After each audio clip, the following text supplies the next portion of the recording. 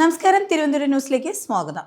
രക്ഷാപ്രവർത്തനത്തിന് ഒരുങ്ങി കേരള പോലീസിന്റെ കടാവർ നായ്ക്കൾ. തെലങ്കാന ടണൽ ദുരന്തത്തിൽപ്പെട്ടവരെ കണ്ടെത്താനുള്ള ദൗത്യത്തിൽ കേരള പോലീസിന്റെ കടാവർ നായ്ക്കളും പങ്കാളികളാകുമെന്നാണ് സംസ്ഥാന പോലീസ് അറിയിച്ചിട്ടുള്ളത്. ഇതിനുവേണ്ടി പ്രത്യേക പരിശീലനം ലഭിച്ച കടാവർ നായ്ക്കളെയും അവരെ കൈകാര്യം ചെയ്യുന്ന ഉദ്യോഗസ്ഥരും ഹൈദരാബാദിലേക്ക് തിരിച്ചെന്നാണ് കേരള സർക്കാർ അറിയിച്ചിരിക്കുന്നത്. കാണാതായ മനുഷ്യരെയും മനുഷ്യ ശരീരങ്ങളെയും കണ്ടെത്താൻ ഇവരുടെ തിരച്ചിൽ സഹായിക്കുമെന്നാണ് വ്യക്തമാക്കുന്നത്. കടാവർ നായ്ക്കൾ ഒരു ജനുസല്ല. നായ്ക്കളെ പല രീതിയിൽ പരിശീലിപ്പിച്ച് ഉപയോഗിക്കാറുണ്ട് നമ്മുടെ സേനയിൽ. പല ആവശ്യങ്ങൾക്ക് വേണ്ടിയാണ് ഇവരെ പരിശീലിപ്പിക്കുന്നത്. സ്ഫോടന വസ്തുക്കൾ കണ്ടുപിടിക്കാൻ ഉപയോഗിക്കുന്നത് എക്സ്പ്ലോസീവ് നായ്ക്കളെയാണ്. കഞ്ചാവ് പോലുള്ള വസ്തുക്കൾ കണ്ടുപിടിക്കാൻ നർക്കോട്ടിക് സ്നിഫേഴ്സിനെയും ഉപയോഗിക്കുന്നുണ്ട്. കൂടാതെ കൊലപാതകം, മോഷണം എന്നിവ തെളിയിക്കാൻ ഉപയോഗിക്കുന്നത് ട്രാക്കർ നായ്ക്കളെയാണ്. ഇവർക്ക് ശവശരീരത്തിന്റെ ഭാഗങ്ങൾ, സംയുക്ത കോശങ്ങൾ, കൂടാതെ എല്ല്, രക്തം തുടങ്ങിയവയുടെ മണം കണ്ടെത്താൻ പ്രത്യേക കഴിവുണ്ട്. കടാവർ നായ്ക്കൾക്ക് ഒളിപ്പിച്ച മൃതദേഹം, കത്തിച്ച് ചാരമാക്കിയവ, വെള്ളത്തിനടിയിൽ ഒളിപ്പിച്ചവ ഇവയൊക്കെ കണ്ടെത്താൻ ഇവർക്ക് നിഷ്പ്രയാസം കഴിയും. 1974 പേൾ എന്ന പേരുള്ള ലാബ്രഡോറിനെ ട്രെയിനിങ് നൽകി കടാറായി നിയമിച്ചത്.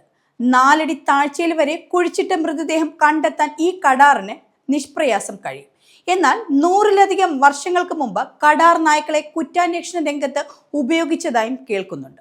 നിർണായകമായ പല കേസുകളും ഇവരാൽ തെളിഞ്ഞിട്ടുമുണ്ട്.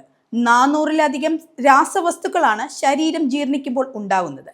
ഇതിൽ നിന്ന് വരുന്ന മണം വർഷങ്ങളോളമാണ് അടക്കം ചെയ്ത സ്ഥലത്ത് ഉണ്ടാവുന്നത്. ഇത് മണത്തെടുക്കാൻ കടാവർ നായ്ക്കൾക്ക് എളുപ്പം കഴിയും. സംശയം തോന്നുന്ന സ്ഥലങ്ങളിൽ ഇവർ കാലുകൊണ്ട് കുഴിയെടുത്ത് വീണ്ടും മണം പിടിക്കും. അവിടെ മൃതദേഹമുണ്ടെന്ന് മനസ്സിലാക്കി കഴിഞ്ഞാൽ അവിടെ ഇരുന്ന് കുരച്ച് ബാക്കിയുള്ളവർക്ക് സൂചന നൽകും. ശരീരം കത്തിച്ചു കഴിഞ്ഞാൽ അതിൽ നിന്നും ഒരു തെളിവും പുറത്തു വരില്ല എന്ന് വിശ്വസിച്ചാൽ അത് തെറ്റാണ്. അവരെയും കടാവർ നായ്ക്കൾ പൂട്ടുക തന്നെ ചെയ്യും.